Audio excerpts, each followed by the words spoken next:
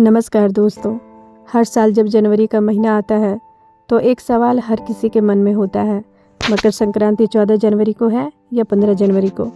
कोई कैलेंडर 14 बताता है तो कोई 15, और इसी कंफ्यूजन की वजह से लोग गलत दिन पूजा भी कर लेते हैं। आज के इस वीडियो में हम पूरी सच्चाई समझाएंगे, बिना मुश्किल भाषा के, बिल्कुल आसान शब्दों में। मकर संक्रांति हिंदू धर्म का एक बहुत ही महत्वपूर्ण त्यौहार है। इस दिन सूर्य देव मकर राशि में प्रवेश करते हैं और इसी घटना को हम मकर संक्रांति कहते हैं। इस त्यौहार प्रकृति, खेती और नई शुरुआत का जुड़ा हुआ होता है। इस दिन से उत्तरायण शुरू होता है, यानी सूर्य देव उत्तर दिशा की तरफ गति करते हैं। अब आते हैं सबसे बड़े सवाल पर, मकर संक्रांति 14 जनवरी को है या 15 जनवरी को। सच ये है कि मकर संक्रांति तिथि पर नहीं बल्कि सूर्य के राशि परिवर्तन पर निर्भर करता है। सूर्य जब मकर संक्रांति में प्रवेश करता है उसी दिन मकर संक्रांति होती है।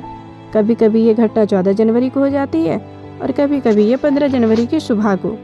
इसीलिए ज़्यादातर सालों में 14 जनवरी को मनाई जाती है और कुछ खास सालों में ये 15 जनवरी को मनाते हैं। दोनों ही गलत नहीं होते, बस साल के हिसाब से डेट बदल जाते हैं। आपने सुना होगा लीप ईयर के बारे में।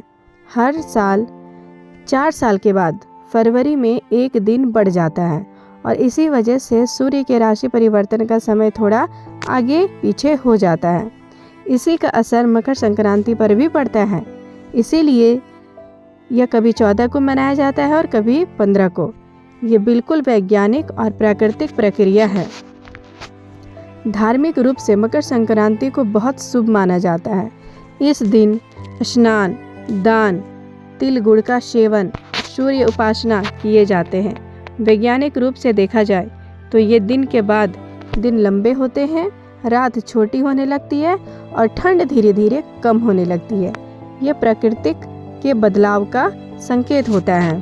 तो दोस्तों, अब आप पूरी तरह से समझ गए होंगे कि मकर संक्रांति हमेशा 14 या 15 जनवरी को क्यों होती है। डेट सूर्य के मकर राशि में प्रवेश पर निर्भर करती है।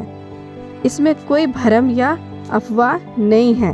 इसलिए अपने सत्र के पंचांग के अनुसार पूजा और दान करना सबसे सही होता है।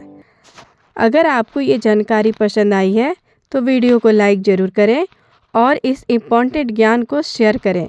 ऐसे ही ज्ञानवर्धक वीडियो के लिए चैनल को सब्सक्राइब करना ना भूलें।